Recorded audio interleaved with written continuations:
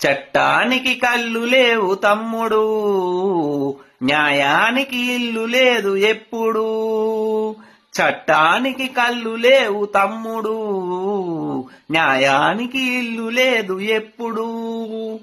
ఇక్కడుంది ఒక్కటే, కొట్టి బతకడం, దొంగ దొరై తిరగడం అని ఒక సినిమాలో పాట ఉన్నది. పాట ఉన్నట్టే, ఆ పాటల సాహిత్యం ఉన్నట్టే మన తెలంగాణ హైకోర్టు తన నిర్ణయాలను ప్రకటిస్తుందేమో అనిపిస్తుంది. ఎందుకంటే చెప్పే ముందడ ఈ క్లిప్ చూడండి.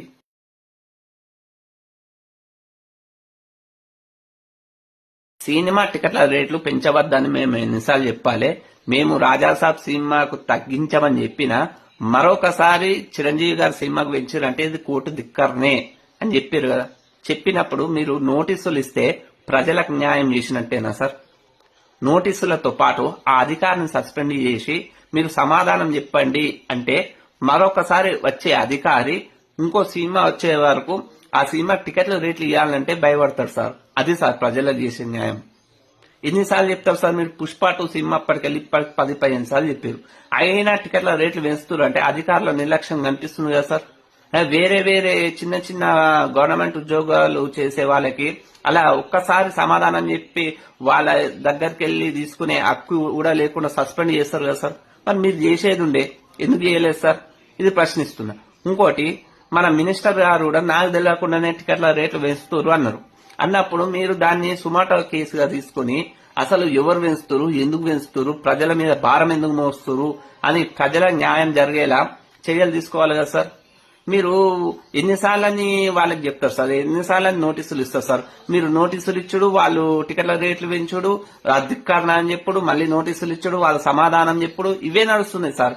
ప్రజల న్యాయం ఎప్పుడు జరుగుతుంది సార్? ప్రజల సొమ్మే పోయింది బయటకు రాదు. రానప్పుడు ఏం చేయాలి? మిగతా సినిమాలకు రాకుండా చేయాలంటే ఆ అధికారిని సస్పెండ్ చేసి నోటీసులు ఇస్తేమో అప్పుడు ఇంకో అధికారం వస్తే భయపడతారు సార్. ఇట్లా భయం పడకుండా మీరు నోటీసు ఏముంది, నోటీసులు వస్తాయి అంతగా మేము సమాధానం చెప్పుకుంటాం, సినిమాల రేట్లు పెంచుకుంటాం, టికెట్ల రేట్లు పెంచుకుంటాం అన్నట్టుంది అది ప్రభుత్వ అధికారులు. అంటే హైకోర్టుని ప్రశ్నిస్తావా అంటే ఆ స్థాయి నాది కాదు సార్, నాకు కూడా తెలుసు సార్. కానీ మీరు చేసే పనుల వల్ల భయం అన్నది లేకుండా పోతుంది సార్.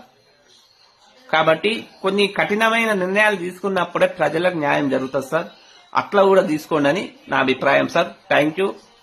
మరి మీ యొక్క చూసే ఒక ప్రేక్షకుల యొక్క అభిప్రాయాన్ని మీ కామెంట్ బాక్స్ లో కామెంట్ చేయండి. వీడియో నచ్చితే లైక్ చేయండి. Thank you.